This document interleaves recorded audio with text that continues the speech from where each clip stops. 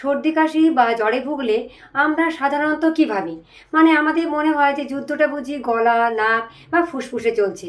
কিন্তু শুনলে হয়তো অনেকে অবাক হবেন যে আধুনিক বিজ্ঞান আসলে সম্পূর্ণ ভিন্ন কথা বলছে।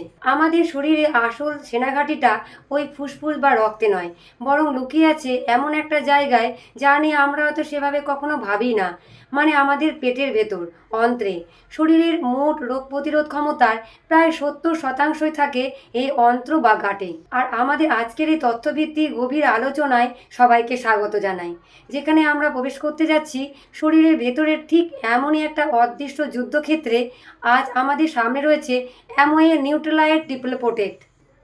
এটি মূলত একটি নিউট্রাসিউটিক্যাল যা তৈরি হয়েছে ভিটামিন সি, যষ্টিমধু আর হলুদের এক বিশেষ সমন্বয়ে। কিন্তু আমাদের আজকের মিশন শুধু এই পণ্যগুলির লেবেলে কী লেখা আছে তা একটানা পড়ে শোনা নয়। আমরা আসলে খুঁজতে যাই এর পেছনে বিজ্ঞানটা কী। রান্নাঘরে খুব চেনা মশলাগুলো কিভাবে একদম কোষের স্তরে গিয়ে আমাদের শরীরের ওই বিশাল সেনাঘাটির প্রধান অস্ত্র হয়ে উঠতে পারে, সেটাই আজ আমরা চুলচেরা বিশ্লেষণ করে দেখব।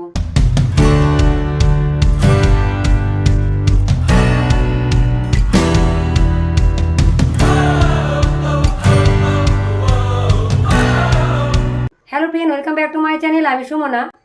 নিউট্রালাইটের এই ফর্মুলাটির মূল ভিত্তি হলো তিনটি অত্যন্ত সুপরিচিত প্রাকৃতিক উপাদানের সংমিশ্রণ: অ্যাশেরোলা চেরি, হলুদ আর যষ্টিমধু।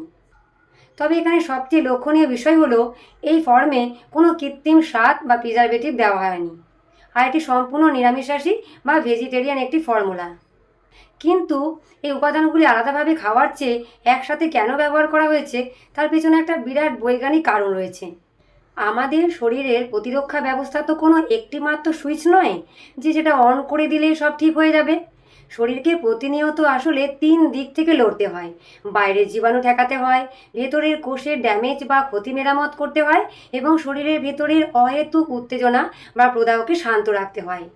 আমরা চাইলে শুধু ভিটামিন সি খেতে পারি বা শুধু হলুদ খেতে পারি, কিন্তু যখন এই তিনটি নির্দিষ্ট মাত্রায় একসাথে মেশানো হয় তখন তারা একে অপরের কার্যকারিতাকে বহু গুণ বাড়িয়ে দেয়। শরীর তখন শুধুমাত্র একটি নির্দিষ্ট রোগের বিরুদ্ধে নয়, বরং একটি সার্বিক প্রতিরক্ষা ব্যবস্থা গড়ে তুলতে সক্ষম হয়। এতিমুখী সুরক্ষাই হলো এই ফর্মুলার মূল ভিত্তি। তাহলে চলুন এই সুপারহিরো টিমের প্রথম সদস্যকে একটু ঘাটাঘাটি করা যাক: ভিটামিন সি। উৎস থেকে প্রাপ্ত তথ্য অনুযায়ী এই ফর্মুলার প্রতিটি ট্যাবলেটে 65 মিলিগ্রাম ভিটামিন সি আছে। আর এই 65 মিলিগ্রামই নাকি একজন প্রাপ্তবয়স্ক মানুষের প্রতিদিনের চাহিদার 100% আরডিএ বা রেকমেন্ডেড ডায়েটারি অ্যালাউন্স পূরণ করে। কিন্তু এখানে একটা প্রশ্ন হচ্ছে যে মাত্র 65 মিলিগ্রাম ভিটামিন সি এর জন্য এত আয়োজনের কি দরকার? মানে একটা সাধারণ লেবু বা কমলা লেবু খেলেই তো হয়। এই অ্যাশেরোলা চেরিকেই কেন এত জোর দেওয়া হয়েছে? আর এখানে বিজ্ঞানের আসল সৌন্দর্যটা লুকিয়ে আছে। নিউট্রালাইট ট্রিপল প্রোটেক্টে ভিটামিন সি এর আসলে দুটো উৎস কাজ করছে।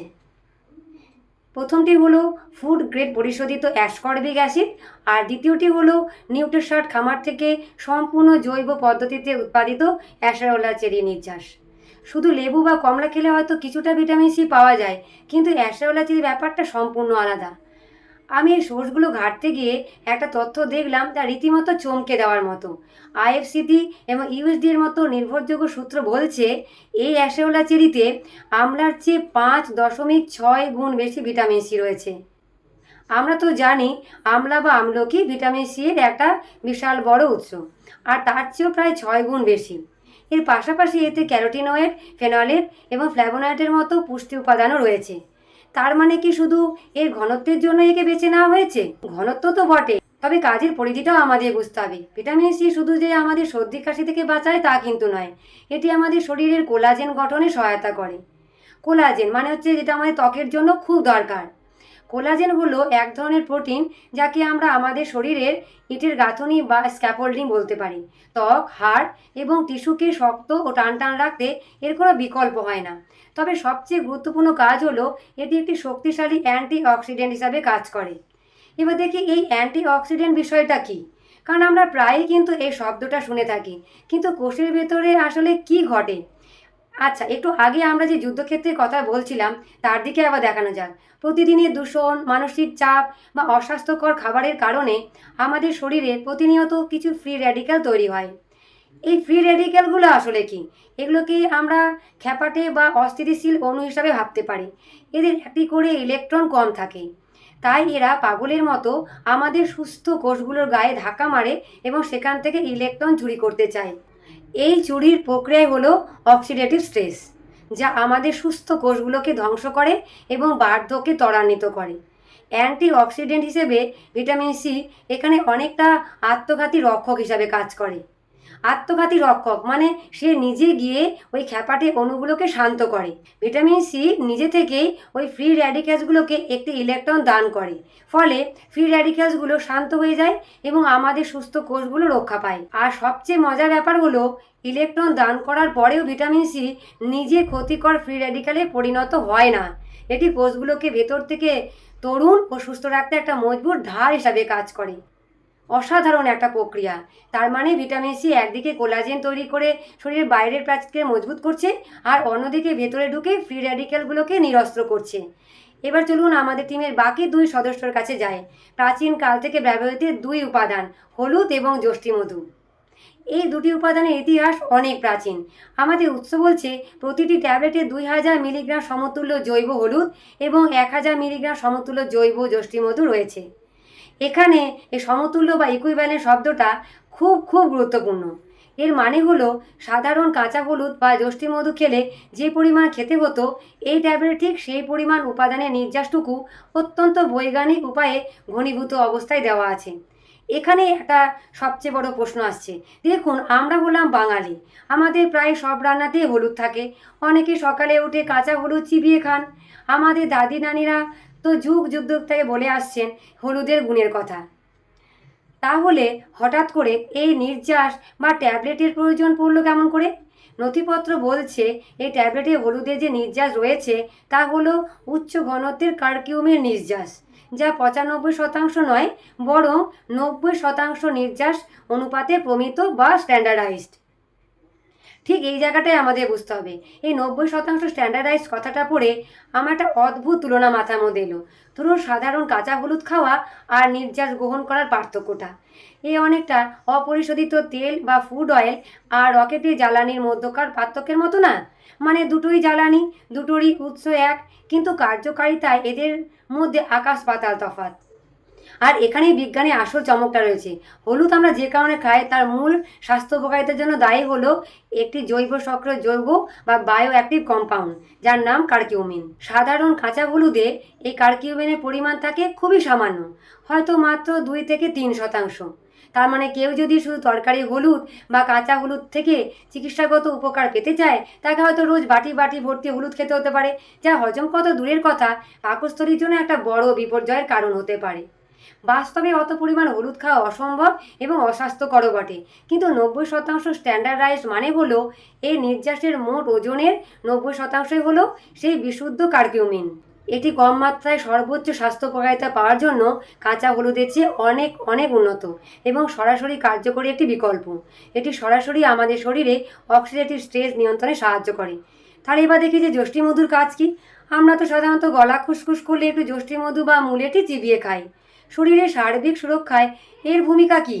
যষ্টিমধুর প্রধান সক্রিয় উপাদানটির নাম হলো গ্লাইসিরিজিন। প্রাচীনকাল থেকেই এটিকে আয়ুর্বেদে হিসাবে ব্যবহার করা হচ্ছে। বিজ্ঞান এখন প্রমাণ করছে যে গ্লাইসিরিজিন একটি অত্যন্ত শক্তিশালী অ্যান্টি ইনফ্ল্যামেটরি বা প্রদাহরোধী উপাদান। এই প্রদাহ বা ইনফ্ল্যামেশন বিজ্ঞানটা আমাদের একটু গভীরে গিয়ে বোঝা দরকার। ইনফ্ল্যামেশন শব্দটা এখন সব জায়গাতেই শোনা যায়। এটা আসলে কি? যখনই আমাদের শরীরে কোনো সংক্রমণ বা আঘাত লাগে, শরীর সেখানে রক্তের প্রবাহ বাড়িয়ে দেয় এবং শ্বেত রক্তকণিকাদের পাঠায়। জায়গাটা লাল হয়ে যায়, ফুলে ওঠে এবং ব্যথা হয়। এটি হলো প্রদাহ বা ইনফ্ল্যামেশন।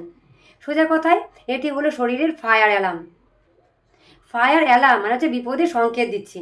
শত্রুকে আটকানোর জন্য এটি অত্যন্ত জরুরি। কিন্তু সমস্যাটা শুরু হয় তখন যখন এই অ্যালার্ম আর বন্ধ হয় না। তার মানে শত্রু মারা যাওয়ার পরেও শরীর ফায়ার অ্যালার্ম বাজতেই থাকে। আধুনিক জীবনযাত্রায় দূষণ, ভেজাল খাবার আর মানসিক চাপের কারণে আমাদের শরীরে প্রায়শই একটা মৃদু কিন্তু দীর্ঘস্থায়ী প্রদাহ চলতে থাকে। একে বলে ক্রনিক ইনফ্ল্যামেশন। আর তখন শরীর নিজের সুস্থ কোষগুলোকেই আক্রমণ করতে শুরু করে, তাই না? যষ্টিমধু গ্লাইসিরিজিন ঠিক এই জায়গাতেই কাজ করে। সে কোষের স্তরে গিয়ে ওই অবাঞ্ছিত ফায়ারআর্মটাকে বন্ধ করে দেয়। ফলে অহেতুক প্রদাহ শান্ত হয় এবং শরীরের নিজস্ব প্রতিরক্ষা ব্যবস্থা নিজের শক্তির অপচয় না করে সঠিক শক্তির বিরুদ্ধে লড়তে পারে। তার মানে পুরো চিত্রটা যদি আমরা একসাথে দেখি, একদিকে অ্যাশেরোলা চেরি কোষের কাঠামো ঠিক রাখছে আর ফ্রি র্যাডিক্যাল মারছে, অন্যদিকে হলুদের কারকিউমিন অক্সিডেটিভ স্ট্রেস কমাচ্ছে, আর যষ্টিমধুর গ্লাইসিরিন শরীরের ভেতরের আগুন বা দীর্ঘস্থায়ী প্রদাহকে নেভাচ্ছে। সত্যিই একটা নিখুঁত ত্রিমুখী সুরক্ষা। কিন্তু জানেন, আজকের এই উৎসগুলো পড়তে গিয়ে আমি একটা তথ্যের সামনে এসে রীতিমতো থমকে গেলাম। আমার মনে হয় যারা শুনছেন তাদের জন্য এটা একটা বড় একটা কিছু বিষয় হতে পারে। একদম শুরুতে আমরা যে সেনাঘাটির কথা বলছিলাম, যে অন্ত্র বা গাঁটের যে কথা বলছিলাম, আমরা যখন হলুদ নিয়ে পড়ছিলাম দেখলাম লেখা আছে এটা হজম শক্তি ও মলত্যাগকে উন্নত করতে সাহায্য করে। সাধারণ দৃষ্টিতে এটা খুবই স্বাভাবিক একটা কথা, কিন্তু এরপরে সোর্সগুলো থেকে পাওয়া গেল সেই চমকপ্রদ তথ্য। আমাদের রোগ প্রতিরোধ ক্ষমতার 70% নাকি থাকে আমাদের অন্ত্রে।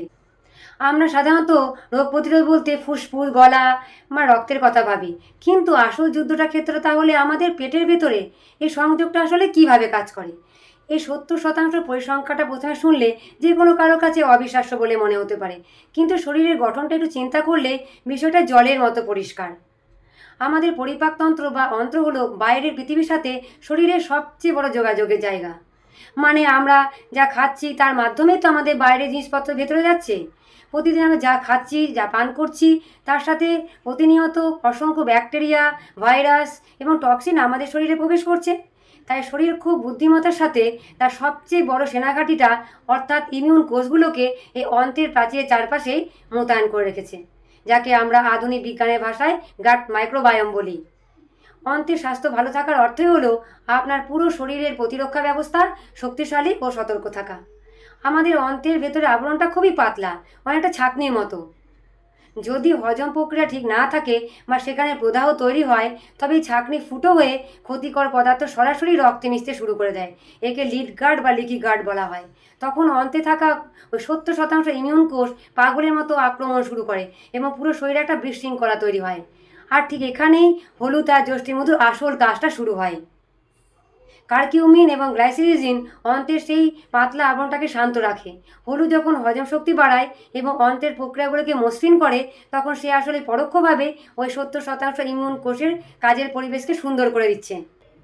অন্ত্রের স্বাস্থ্য এবং সামগ্রিক রোগ প্রতিরোধ ক্ষমতার মধ্যে এই নিবিড় সম্পর্কটাই হলো এই ফর্মুলার অন্যতম বড় শক্তি। সত্যি শরীরটা যে কতটা জটিল আর সুন্দর একটা যন্ত্র, তা এসব জানলে অবাক হতে হয়। প্রতিটি কোষ, প্রতিটি অঙ্গ কিভাবে একে অপরের সাথে যুক্ত। এখন এত চমৎকার সব বৈজ্ঞানিক তথ্য আর উপাদানের কথা জানার পর স্বাভাবিকভাবেই একটা প্রশ্ন মাথায় আসছে, এই ধরনের উপাদানের ব্যবহার বিধি আসলে কি? মানে কিভাবে একে দৈনন্দিন জীবনে প্রয়োগ করা যায়।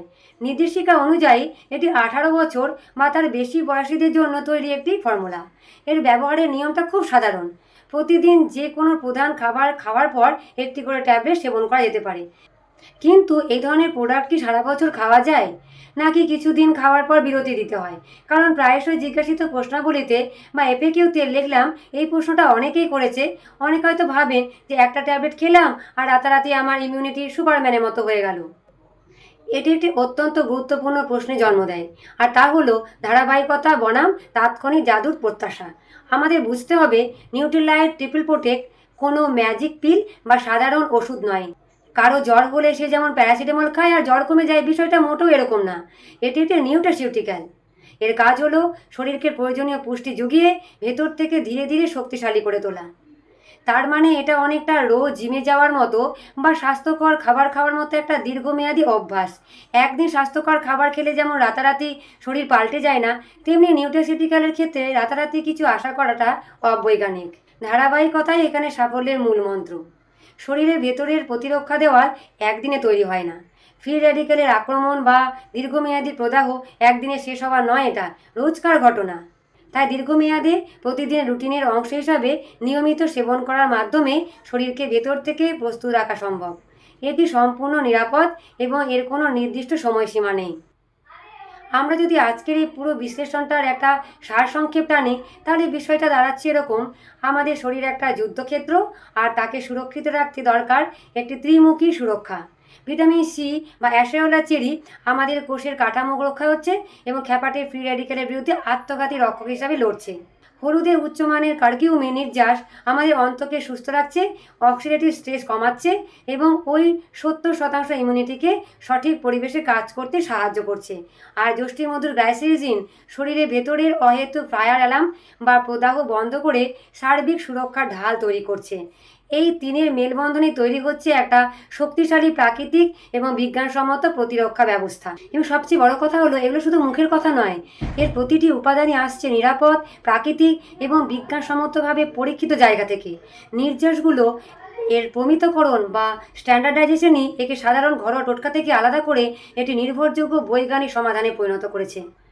আজ আমরা এই তথ্যভিত্তিক আলোচনার একেবারে শেষ পর্যায়ে চলে এসেছি, কিন্তু বিদায় নেওয়ার আগে যারা এতক্ষণ ধরে শুনছেন তাদের জন্য আমি একটা ভাবনার বিষয় রেখে যেতে চাই। একটু আগে আমরা জানলাম যে আমাদের রোগ প্রতিরোধ ক্ষমতার 70% থাকে আমাদের অন্ত্রে। আর আধুনিক জীবনযাত্রায় আমাদের শরীর প্রতিনিয়ত দূষণ, ভেজাল খাবার আর মানসিক চাপের সাথে যুদ্ধ করে চলেছে। একটু ভেবে দেখুন তো, আগামী দশকে পুষ্টি বা নিউট্রিশনের সংজ্ঞা কি আর আগের মতো থাকবে? হয়তো পুষ্টির অর্থ শুধু পেট ভরানো, ক্যালোরি মাপা বা ওজন কমার মধ্যে সীমাবদ্ধ থাকবে না। হয়তো পুষ্টির মূল অর্থই হয়ে দাঁড়াবে আমাদের ভেতরের ওই অদৃশ্য সেনাঘাঁটিগুলোকে কীভাবে সবচেয়ে নিখুঁত ও বৈজ্ঞানিক অস্ত্র দিয়ে সজ্জিত করা যায়।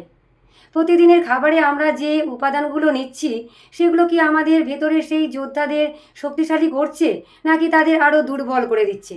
আমরা কি আমাদের শরীরকে শুধুই অপরিশোধিত জ্বালানি দিচ্ছি, নাকি তাকে রকেটের গতিতে চলার জন্য সঠিক নির্যাসটুকু দিচ্ছি? এই গভীর চিন্তার সূত্রটি আজ নিজেদের মতো করে ভাবার জন্য রেখে গেলাম। নিজেদের শরীরের ভেতরের ওই অদৃশ্য জগৎটা যত্ন নিন, কারণ আসল যুদ্ধটা ওখানেই চলছে। আজকের এই উৎসগুলো চুলচেরা বিশ্লেষণ আমরা এখানেই শেষ করলাম। ভালো থাকবেন, সুস্থ থাকবেন আর নিজের ভেতরের অদৃশ্য প্রহরীদের সবসময় সজাগ রাখবেন। Thank you.